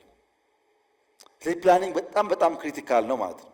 ነገር ግን ይሄ ሴክተር ከሬጅ ይፈልጋል፣ ኤንዱራንስ ይፈልጋል። ሀብቱን ከመጠቀማችን በፊት ከፍተኛ ኬሬጅ እና ኤንዱራንስ ከሌለ አስቸጋሪ ነው። እንደ ሌሎቹ ዘርፎች ቀላል አይደለም። ካፒታል ኢንቴንሲቭ ነው። ሃይ ሪስክ አለው። ኢንቨስት አድርገህ ላታገኝ ትችላለህ። ሀብትህን ሎንግ ጁር ነው። ዛሬ ኢንቨስት አድርገህ ነገ አታገኝም። ይህን ተገንዝቦ የሚያውቅ ሴክተሩ የገባው ሀብት ያለው እውቀት ያለው ውስን ሰው ነው። ያን ውስን ሰው ሄድ ሃንት ማድረግ ይፈልጋል። ዛሬ እኛ ኤንድ ዩዘር ነን፣ አናመርትም፣ ላይገባን ይችላል። ልጆቻችን ሲያመርቱ ግን ያ ሀብት በጣም ክሪቲካል ነው የሚሆነው። ለዚያ ነገ ፈጠራን እንደሚያበረታታ ትልቅ ግብአት እንደሆነ አስበን ነው በእቅድና በእውቀት መጠቀም ያለብን። ለምሳሌ ወርቅ እንውሰድ። ወርቅ በ2012 ኢትዮጵያ ኤክስፖርት ያደረገችው 28 ሚሊዮን ዶላር ነው። 28 ባለፈው ዓመት ኤክስፖርት ያደረገችው 3 ቢሊዮን ዶላር ነው። በጥቂት ዓመታት ውስጥ ምን ያክል የማምረት አቅሙ እንዳደገ አስቡት። ጋዙም ፈርቲላይዘሩም ብረቱም ምናምን እየወጣ ሲሄድ ይሄ በልካል። ኢትዮጵያ ከርስ አይደለም ብቻ ሳይሆን የጋዝ የሰማችሁት ነው፣ የማዳበሪያ የሰማችሁት ነው፣ የመስታወት በቀደም አይታችኋል። መስታወት ካስጀመረች፣ ማዳበሪያ ካመረተች፣ ለትራንስፖርት ጋዝ ካወጣች፣ ኢነርጂ ካመረተች ጌታ ነች ማለት ነው። ጌቶች የምትባል ሀገር። ይሄ የውጭ ምንዛሪ ፍላጎታችንን ይገለብጠዋል። ስለዚህ ማይኒንግ በእቅድና በእውቀት መመራት አለበት። ክልሎች እና የማይኒንግ ሚኒስትሪ ጥንቃቄ ማድረግ ያለባችሁ ላይሰንስ ስትሰጡ ነው። አቅም ያላቸውን ለይተን አጥንተን፣ እንዲያ ካልሆነ ጥፋት ስለሚያስከትል ሚኒስትሪውም ክልሎችም ጥንቃቄ ያድርጉ። ትልቅ ሀብት ነው፣ እንጠቀምበት። ብልጽግናችን ለማስፈንጠር የሚያገለግል ቱል ይሆናል። ኢንዱስትሪ 3 ዓላማዎች አሉት። ኢምፖርትን መተካት ቢኮዝ የውጭ ምንዛሪ ሄዴክ ስለሆነ፣ ሁለተኛ በኤክስፖርት መቃኘት፣ የምናመርተው ምርት በዓለም ገበያ ውስጥ ተወዳዳሪ እንዲሆን አድርጎ መቃኘት፣ ሶስተኛ ሌሎች ዘርፎች ማገዝ፣ ኢንፑት ፕሮዲውስ ማድረግ። ከመዛባት ወደ ማንሰራራት ማደግ አለበት። ተዛብቷል ኢንዱስትሪው። ላይሰንስ ሰጥተናል፣ መሬት የለም። መሬት አለ፣ ኢነርጂ የለም። ኢነርጂ አለ፣ ፋይናንስ የለም። ይሄ የተዛባውን ኢንዱስትሪ በቅርበት መርተን እንዲያንሰራራ እናድርገው። አንድ መንግስት እንባል የተካነው ከልካይነት ነው። ከልካይነትን ቀንሰን አስቻይነትን እናብዛ። ፕራይቬት ሴክተሩ እንዲሰራ የሚያስችል አውድ እንፍጠርለት፣ እንደግፈው። ካልደገፍ ኢንዱስትሪ አያንሰራራም። ካላንሰራራ ነው ብልጽግና አይመጣም። እና ከከልካይ ወደ አስቻይ እንሸጋገር። ከመንግስት መር የኢንዱስትሪ ጉዞ ሚዛናዊ ትብብር እናረጋግጥ።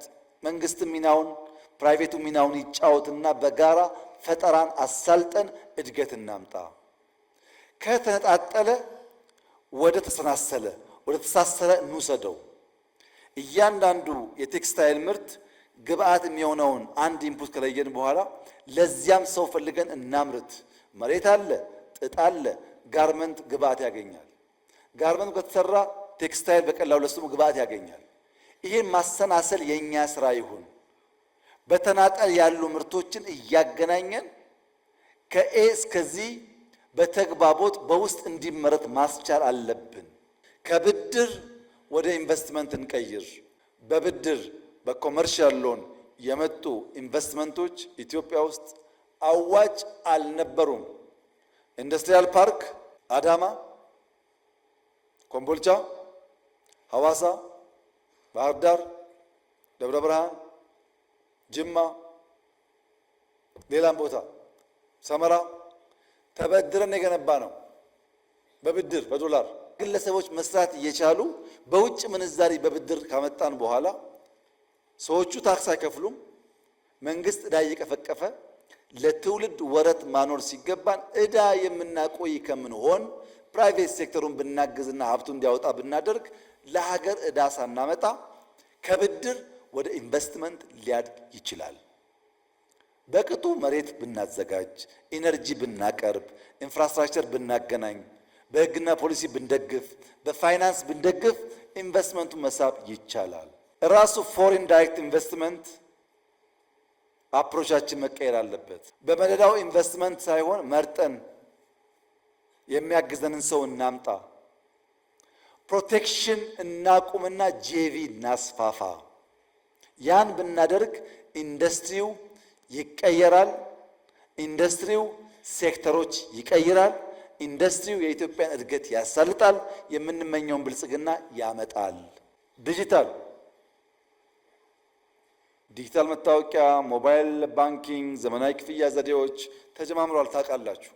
ግን ልትገነዘቡ ፈልገው ነገር ኤአይ የሚባል ነገር፣ ኳንተም ሳይንስ የሚባል ነገር የሰው ልጆች እንዴት እንደሚኖሩ እንዴት እንደሚሰሩ ቱ ዘ ኤክስተንት እንዴት ኢማጂን እንደሚያደርጉ ሁሉ እየቀየረ ይገኛል። ብትፈልጉም ባትፈልጉም ቴክኖሎጂን ኤምብሬስ ማድረግ አለብን። ለምን?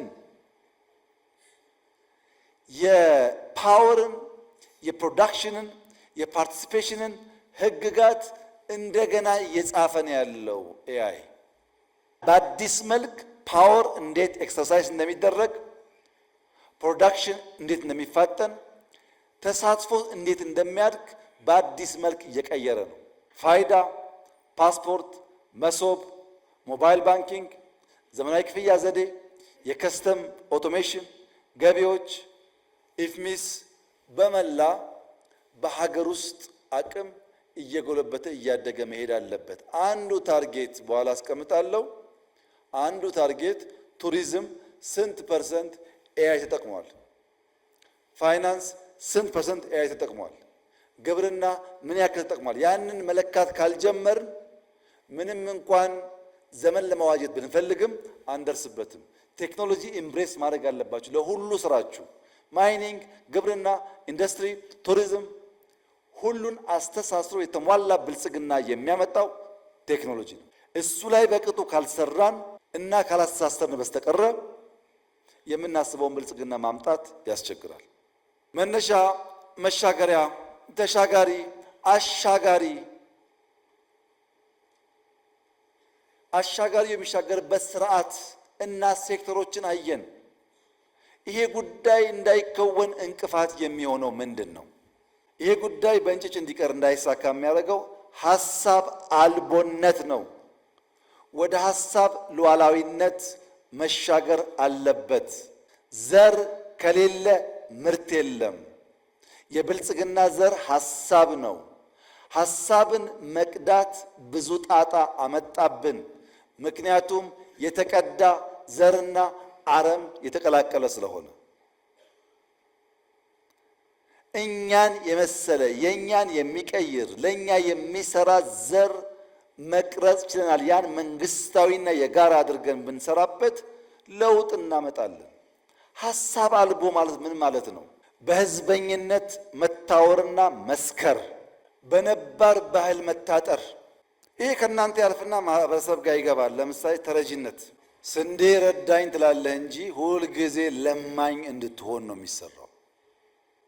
ሁለተኛ መፍትሄ አልቦ ጩኸት፣ ሐሳብ የለውም፣ መፍትሄ የለውም፣ ይጮሃል። በጊዜያዊ ችግር ይጮሃል። ኢትዮጵያ ውስጥ ያለው ነው፣ ሐሳብ አይደለም። በየተራ መጮህ፣ በየተራ ተበዳይ መሆን፣ በየተራ ከሳሽ መሆን፣ በጋራ የሚል እሳቤ አለመያዝ። ሐሳብ አልቦን ኢትዮጵያ ውስጥ በዚች ስላይድ ብቻ ማየት ትችላላችሁ። ኢትዮጵያ መርከብ ናት። ሰዎች የሚሰቃዩት ግን መርከቡን አፍርሰው ጀልባ በመስራት ነው። ጀልባ ኦሽን አያሻግርም። መርከብ ግን ኦሽን ያቋርጣል። ትልቁን ሩቅ የሚወስድህን አፍርሰህ ትንንሹን ብትሰራ ሰፈር ትቀራለህ እንጂ አትሻገርም ማለት ነው። ኢትዮጵያ ውስጥ ያለው ፖለቲካ እንደዚህ ነው። መርከቧን ማፍረስ፣ ጀልባ መስራት። ሌላ የቆረጥክ እየመሰለህ እግርህን መቁረጥ። ተመልከቱ እዚህ ጋር ያለውን ዛፍ ቆራጩላ አንደኛውን እግር ይቆርጣል። ቀይ ባህር ለኢትዮጵያ ያስፈልጋትም ባይ ማለት ነው። ሶስተኛው ደግሞ ይሄ ሰው የሚሰቃየው ይሄን ለማዳን ነው። ታንቋል፣ እንደምታዩት ቆርጦ ያድነው ነው። ይሄ ግን የሚሰቃየው አዳኙን ለመግደል ነው። ልክ ሲቆርጠው እሱ ድኖ እሱ ለመግደል። ይሄን ደግሞ ተመልከቱት። ባላንሱ ያለው በሁለት ሰዎች መካከል ነው። ይሄኛውን ረግጦ በመጣል ሰርቫይቭ የሚያደርግ ይመስለዋል። ይሄ ካለ ብቻ ነው እሱ የሚኖረው፣ ግን ሊጥለው ይሞክራል። ኢትዮጵያ ውስጥ ያለው ፖለቲካ እንደዚህ ነው። ሐሳብ አልቦ የወለደው ፖለቲካ 3 ኤዎች አሉት። መደመር እንደሚለው አንደኛ አፕሮቹ አንታጎኒስቲክ ነው፣ ጭፍን ተቃርኖ ያለበት ነው። አፕሮቹ ለሁሉ ነገር አንታጎኒስቲክ ነው። ሪሌሽኑ አሲሜትሪክ ነው፣ ሚዛን የሳተ ነው፣ ባላንስ አይጠብቅም። ውጤቱ ጭንገፋ ነው፣ አቦርቲቭ ነው። ሐሳብ ከሌለ ራሽናልና ሎጂክ የለም። ይሄ ነው የመደመር መንግስት የተሸከመውን ቀንበር የተሸከመውን ኃላፊነት በብቃት ሰርቶ ትውልድ እንዳያሻግር የሚያደርገው በሽታ ይሄ ነው። ሐሳብ የምርጥ ነገር ዘርና ስርና ዘር ሳትቀበል ግንድና ፍሬ ለመልቀም መሞከር ውጤታማ አያደርግም። የሐሳብ ሉዓላዊነት በመደመር አሸናፊነት ለማምጣት ሚዛናዊ የሆነ አመንጓይ የሆነ የሐሳብ ፍትጊያ ያስፈልጋል። ይሄም 3C እንለዋለን። ኮኦፕሬሽን ኤንድ ኮምፒቲሽን፣ ትብብርና ፉክክር በሚዛን፣ ኮንሲስተንሲ ኤንድ ኮሚትመንት፣ ያዝ ለቀቅ ሳይሆን ሂደቱ መርህ ላይ የተመሰረተ የማይቆራረጥ የሚቀጥል መሆን አለበት። ሶስተኛ ቼንጅ ኤንድ ኮንቲኒቲ ነው። አዎንታዊ ለውጥን በመፍጠር በማስተሳሰር በማስቀጠል መደረስ ያለበት ቦታ ማድረስ ነው። የመደመር መንግስት ታሪክን ከማውራት ይልቅ ታሪክን በመስራት ራሱን መግለጥ የሚሻ ነው። የሚያሻግር ሐሳብ የሚሻገር ህዝብ ይዞ ለለውጥ የሚተጋ ራሱን እንደ ሻማ አቅልጦ ትውልድ የሚያሻገር ስርዓት ነው። መደመር እንደ እድል ነው፣ ብልጽግና ግን እንደ ድል ነው። መደመር እድል እንጂ ድል አይደለም። ድል የሚያደርገው ትጋት ነው፣ ስራ ነው። የመደመር ሐሳብ ውጤታማ የሚሆነው የሚቆጠር ነገር ሲያመጣ ነው። ለዚያ ደግሞ ትጋት ይፈልጋል። ሐሳብ መግዛት፣ ለሐሳብ መገዛት፣ በሐሳብ መግዛት ልምምዳችን ስናደርግ መደመር ፍሬያማ ይሆናል። ቀመሩ ምንድን ነው? የዚህ ሐሳብ አልቦን ገርቶ ለብልጽግና ተሰናስሎ የሚሰራው መንግስት ቀመር ፍሪሊዮን ነው። በነፃ መከፈል ነው። በነፃ መስጠት ነው። ከትናንትና መቆንጠር ሳይሆን ለነገ ማበደር ነው። ከትናንትና በመቆንጠር የሚሰራ ነገ የለም። ለነገ በማበደርና ወረት በማቆየት የሚሰራ የበለጸገ የሚሸጋገር ሀገርና ትውልድ ይፈጠራል።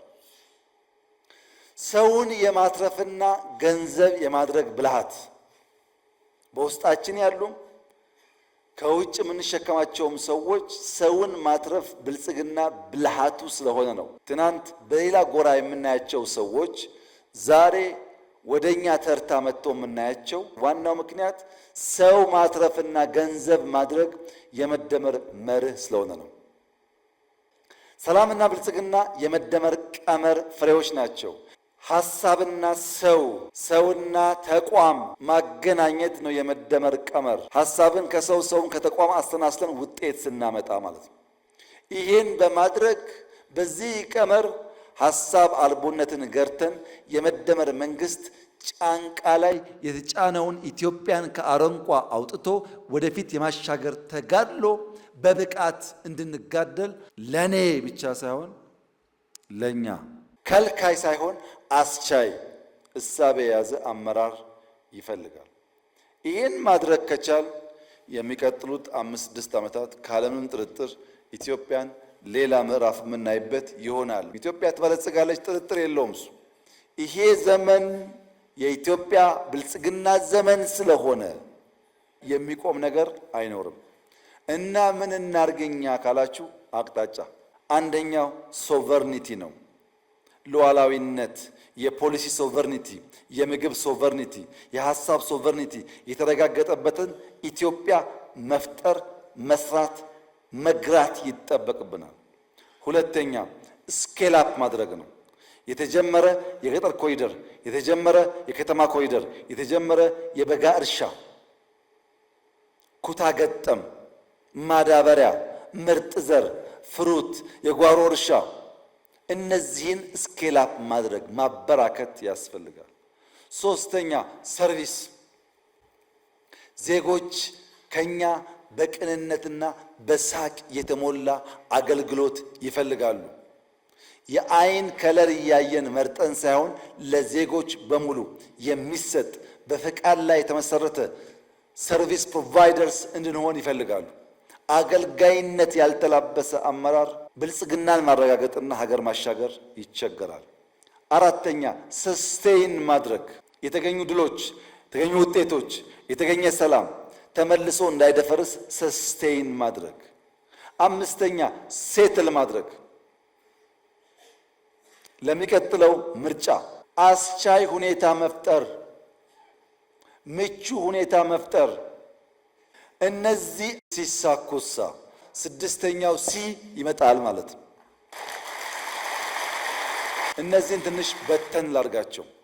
አንደኛ የመቀነስ ግቦች፣ ኑሮ ውድነት እንቀንስ፣ ሲንግል ዲጂት እናስገባ፣ ያመረትነውን ከኮንትሮባንድ ታድገን፣ የገበያ ትስስር ፈጥረን፣ የከተማው ድሃ በደላሎች እንዳይመሰቃቀል በማድረግ የተረጋጋች ሀገር ለመፍጠር ስለሚያግዝ በርብርብ ኑሮ ውድነትን ሲንግል ዲጂት እናስገባ፣ መቀነስ።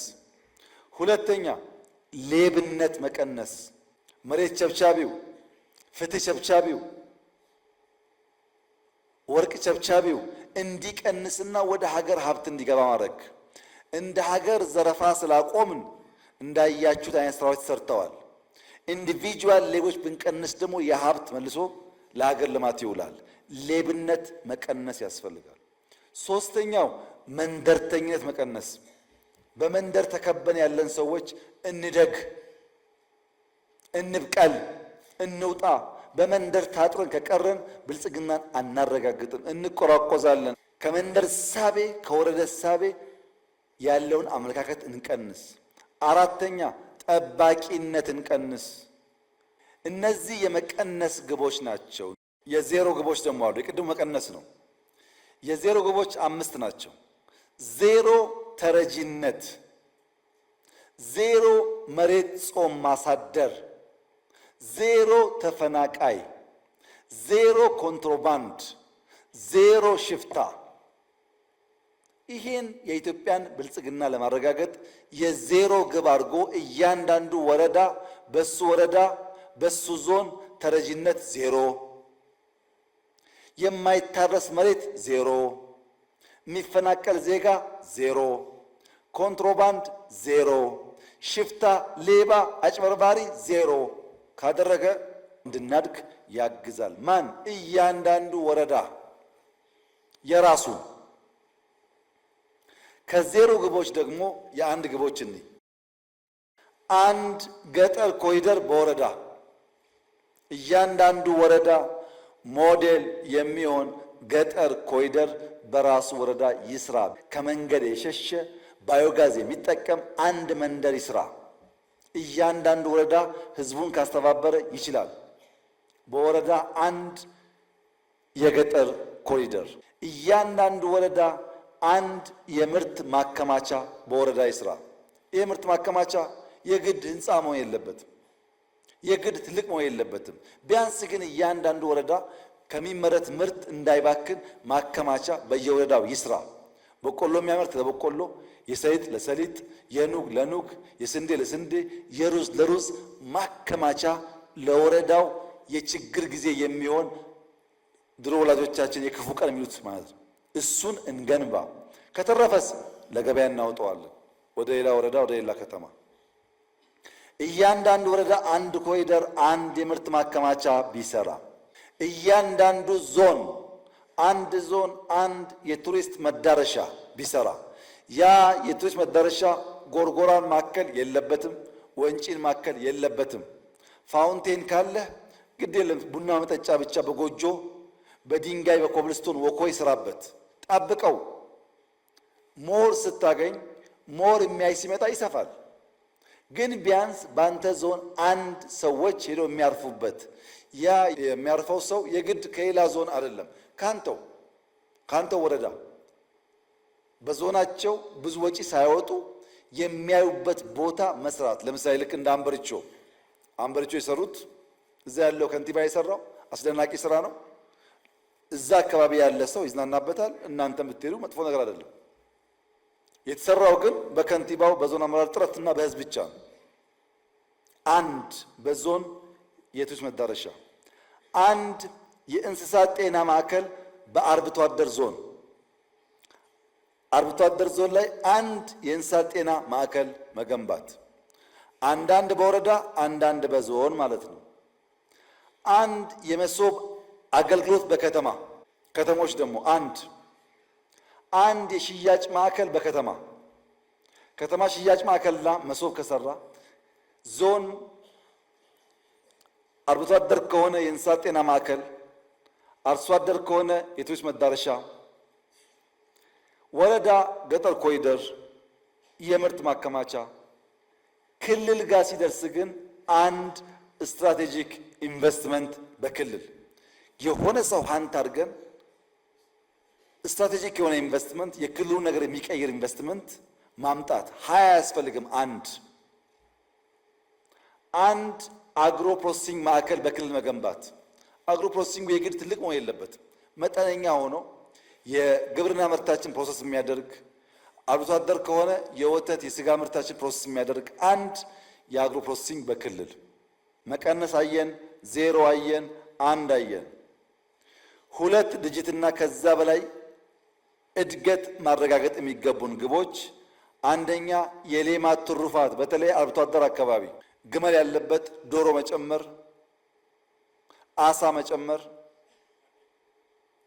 የሌማት ትሩፋት የእንቁላል ምርታችንን በ2 ድጅት ማሳደግ መቻል አለብን። ፕሮቲን በበቂ ካላመረትን፣ ኒውትሪሽን በበቂ ካላመረትን ያልቀነጨረ ትውልድ አንፈጥርም። የቀነጨረ ትውልድ ደግሞ ብልጽግናን ሰስቴን ማድረግ አይችልም።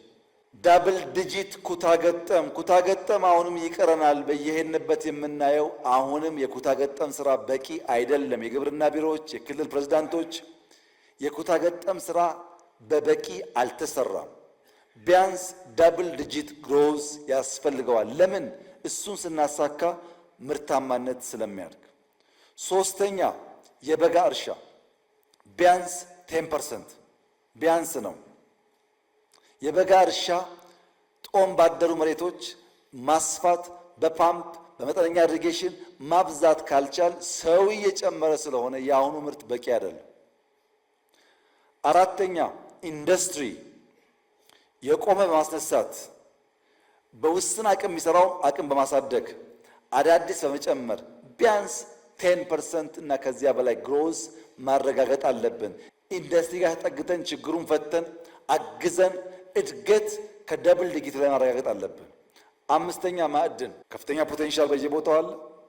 ይሄ ፖቴንሻል በአርቲዚያን መልክ በኮንትሮባንድ እንዳይወጣ ቢያንስ 10% ማደግ አለበት። ወርቅም ይሁን ፖታሽም ይሁን ታንታለም ይሁን ሊቲየም ይሁን ማንኛውም የማዕድን ውጤት 10% አድጎ የኢትዮጵያን ብልጽግና እንዲያረጋግጥ ማስቻል አለብን። ይሄ ተደምሮ የ10% እና ከዚያ በላይ የጂዲፒ እድገት መረጋገጥ አለበት እንደ ሀገር ማለት ነው። እያንዳንዱ ዞን 10% ግሮዝ፣ እያንዳንዱ ክልል 10% ካለ እንደ ሀገር አስተናስለን ላቅ ያለ እድገት እናመጣለን። ቀጥሎ የ100% ግቦች ናቸው። የ100% እድገት አንደኛ ፋይዳ መታወቂያ 100% መዳረስ አለበት። ወረዳ፣ ዞን፣ ቀበሌ፣ ክልል አግዛችሁ ዜጎቻችንን ለይተን ማወቅ አለብን። እያንዳንዱ ወረዳና ዞን ሜክ ሹር በበቂ ደረጃ ፋይዳ መሰራጨቱን በእናንተ ወረዳ 100%። 5 ሚሊዮን ኮደርስ በጣም ክሪቲካል ስራ ነው። 100% መሳካት አለበት። ሶስተኛ የተጀመረ ኮሪደር በገጠርም በከተማም በተሟላ ማለቅ አለበት። 100% ጀምረን የምንተው ጀምረን ነካክተን የምንተው ሳንሆን የምንጨርስ መሆን አለብን። አዲስ ለመጀመር የጀመርናቸውን በገጠርና ከተማ ኮሪደሮች 100% ማሳካት። አራተኛ የገበታ ለትውልድ ፕሮጀክቶች 100% ተጠናቀው ሰርቪስ ፕሮቫይድ ማድረግ አለባቸው። ከገራ አልታ እስከ አርባ ምንጭ፣ ከጅማ እስከ ሸበሌ፣ ከፓልም እስከ ደንቢ ያሉ የገበታ ለሀገር ስራዎች 100% ተጠናቀው ሰርቪስ ፕሮቫይድ ማድረግ አለባቸው።